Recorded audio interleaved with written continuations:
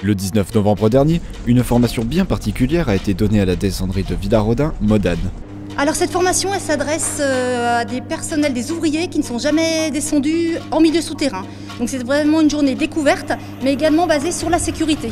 Et là on vient de faire une mise en pratique, donc c'est pour ça que vous voyez de la fumée derrière moi. C'est qu'on a enfumé une partie du tunnel et les ouvriers, au signal lumineux et sonore de l'alarme, devaient rejoindre la cabine de survie la plus proche. Donc pour ça, ils utilisaient des masques autosauveteurs de formation et ils ont traversé la zone enfumée, sont allés jusqu'à la cabine et ils l'ont mis en fonctionnement. Ça permet aux travailleurs de se rendre compte que toute la difficulté d'avancer dans un milieu enfumé. Et le fait d'avoir fait au moins une fois cet exercice, la fois où si ça arrive, eh ben, ils auront quelques réflexes et ils se rappelleront de cet exercice. Rien ne vaut la mise en pratique. Je suis dans la cabine, donc là, on a fait cette formation en collaboration avec le SDIS. On a des gars ils travaillent en milieu souterrain et on fait aussi ces formations pour faire découvrir le milieu souterrain aux nouveaux arrivés, voir leur comportement. Ils sont là pour se perfectionner, voir en cas d'incendie comment réagir exactement.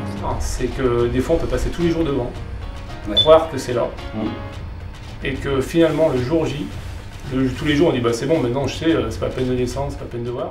Pour les personnes formées, l'expérience est enrichissante. C'est la première fois que je rentre en souterrain et bon, c'est de nouvelles expériences. C'était bien, j'ai apprécié beaucoup. Il faut avoir la conscience de faire et voir au cas où.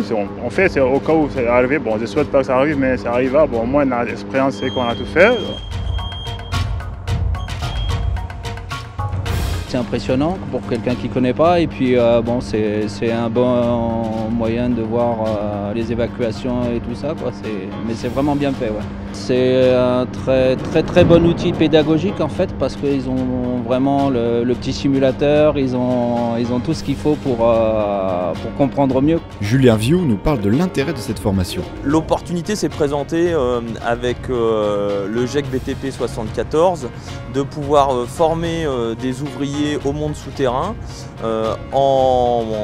dans un tunnel à échelle 1, c'est-à-dire un vrai milieu qui sera similaire à ce qu'ils rencontreront dans leur domaine professionnel à l'issue, et avec une formation aux règles particulières de sécurité.